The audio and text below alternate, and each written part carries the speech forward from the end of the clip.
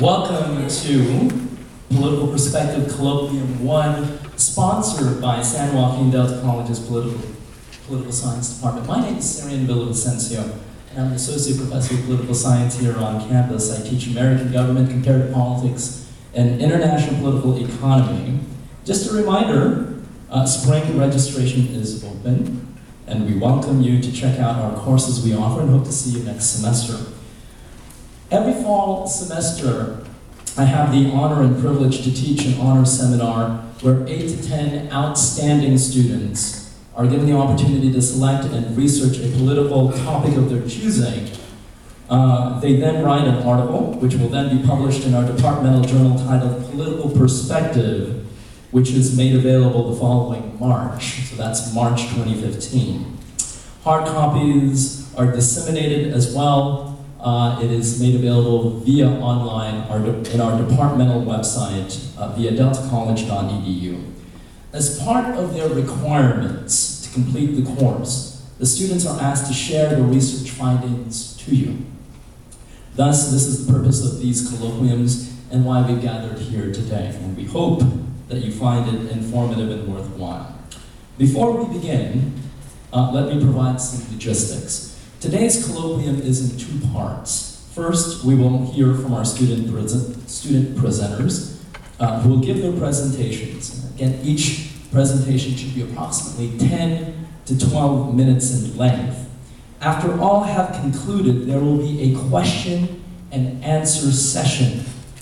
Right now, I will ask my student ushers to now pass you 3x5 cards.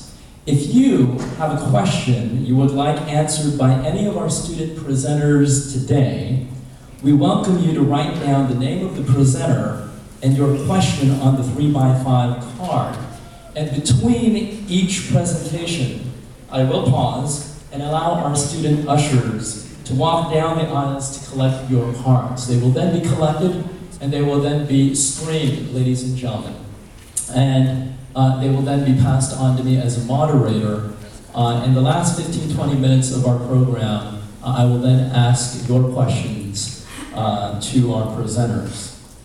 As they disseminate those cards to you, I would be remiss not to recognize two colleagues who volunteered their time to serve on a faculty committee review panel to help these students do the research and prepare them for today's presentations. If they could please stand to be recognized. In fact, I may not see him, he may come a little bit later. But first, I would like to recognize Dr. Dean Brown. He is the Dean of Humanities, Social Science, Education, Kinesiology, and Athletics. And you know, even though he's not here, he is deserving of a round of applause.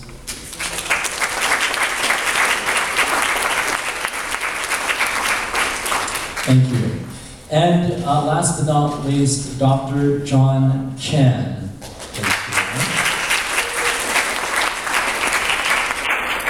And he is our collection librarian here on campus. I really wouldn't be able to teach this class as effectively as I can without the help of these two outstanding individuals. Without further ado, let me introduce our first student speaker, who will address the question, how we solve human trafficking. Now, before I introduce him, please note I will be showing a short video before he begins. So you can give him a round of applause now, and then after the video he'll come up and give his presentation. Please welcome Mr. Brian Shuffler.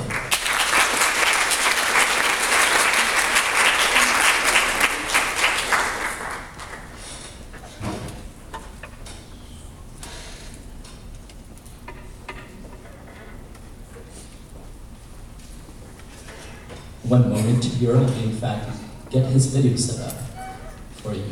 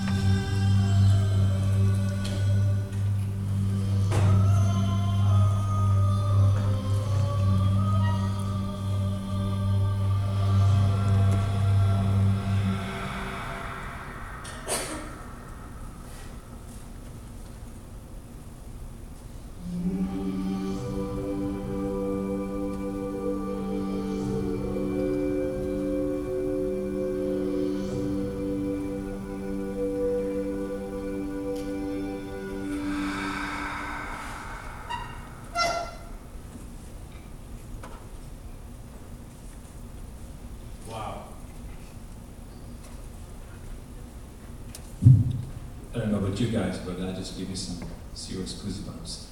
Stop the nightmare. Recently, a local Stockton girl went missing. Her parents and local law enforcement feared that she became a victim of human trafficking. To protect her identity, I'm going to call her Victim X.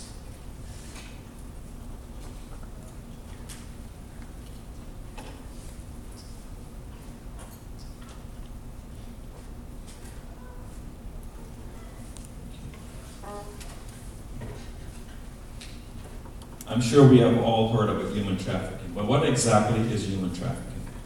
According to the United Nations, human trafficking is the trade of human beings. It is the fastest growing illegal business, generating over $60 billion annually. So why do we care about this issue? It may appear that this problem exists only in foreign countries, but this problem is everywhere, and it's right here in the Central Valley.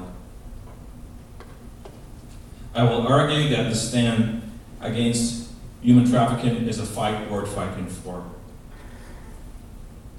We are talking about our fellow human beings.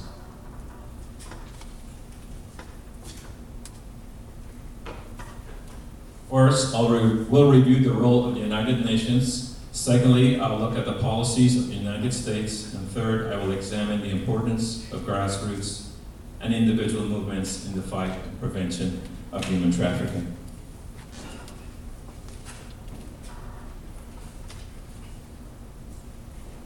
The League of Nations was the first international organization to recognize human trafficking as a crime against humanity in Article 23C. It's important to point out the significance of this action, because during that time, women and children had very little rights, and there were a lot of exploitation of women. There were forced labor of children, and sexual exploitation of women as well.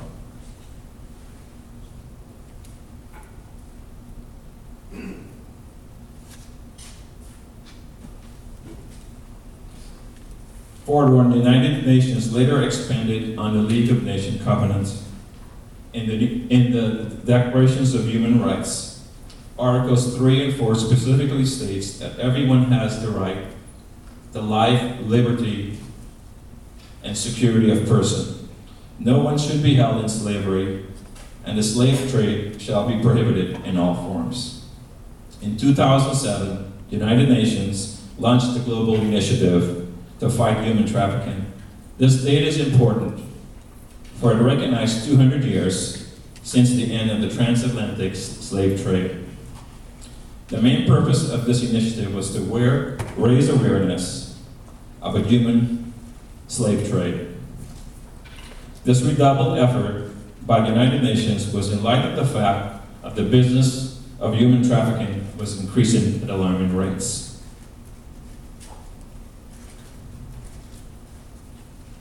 The role of the United States cannot be understated. In fact, we are considered the world leading the fight against human trafficking. During the 1990s, Congress established a foundation for combating human trafficking based on the 3 P's: prevention, protection of trafficking victims, and the persecution of the perpetrators. This later became known as the Trafficking Victims Protection Act, TVPA. This law is considered to be the most important anti-trafficking law ever passed. It enhances existing human rights laws in the United States, offering victims more rights and protection. Congress passed the Protect Act of 2003. It targets U.S. citizens entering other countries to exploit children, as well as individuals exploiting children right here in the United States. The Protect Act makes it a crime to commit an illegal act outside of the United States. I believe the fight against human trafficking is at the grassroots levels. I'm not discounting the importance of the United States or the United Nations in this fight.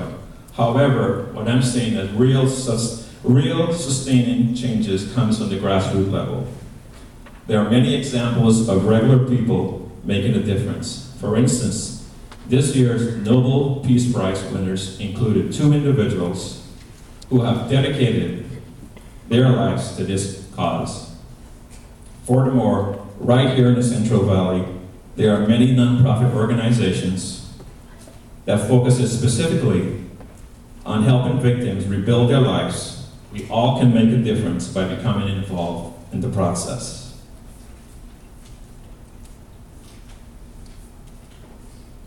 Statistics are really staggering. We have 79% of most human trafficking is for sexual exploitation. Forced labor is approximately 18%. Worldwide, almost 20% of all trafficking victims are children. And we can see over here on the pie chart, according to the U.S. Department of Health and Human Resources, 46% prostitution, 27% domestic substitute, and then we have agriculture, factories, and the miscellaneous as well.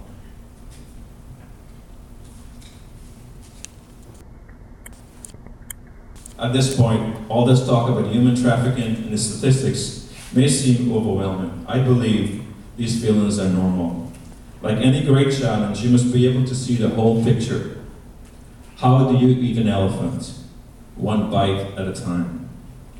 Collectively, we all can make a difference if we understand the objectives. Like any political action, it must start at the local level. Our state is a major hotspot for human trafficking, including the Central Valley.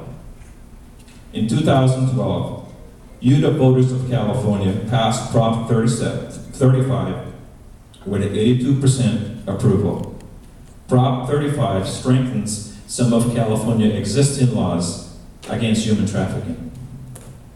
This law was sponsored by California Against Slavery, a nonprofit human rights organization.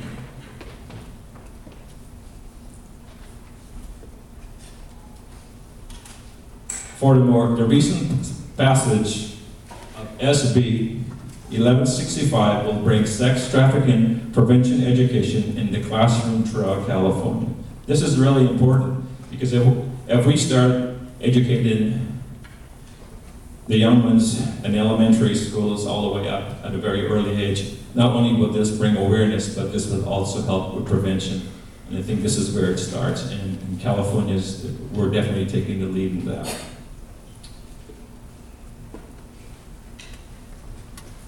The role of social media is very powerful in this fight. Facebook, Twitter, and Google are a few examples.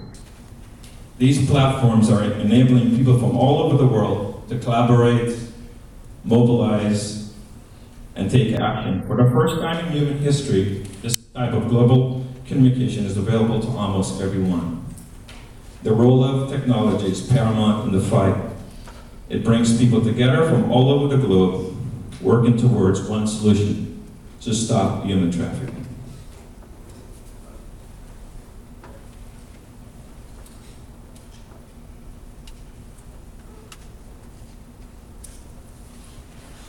The fight against human trafficking may seem challenging and difficult, which it is. However, the data clearly shows that in spite of these obstacles, progress continues to be made. But it's going to take collective action at all levels to win this fight. We need new innovative solutions from the private sector, more involvement from state actors to affect policy changes, and the will to implement them. Remember Victim X at the beginning of the presentation? Well, there's good news. Because of coordinated efforts between social media and law enforcement, I'm happy to tell you that she was rescued from an Oregon hotel, and the traffickers are bringing the bars. Where do we go from here?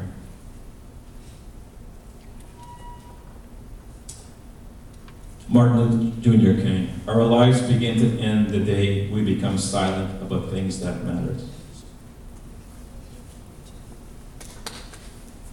And finally, I think you all know who this is. So.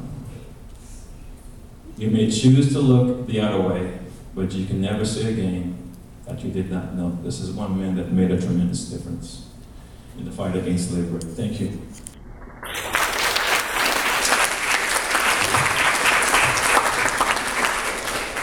Thank you, Brian. Ladies and gentlemen, if you have any questions, we're going to now ask the ushers to collect your questions at this time.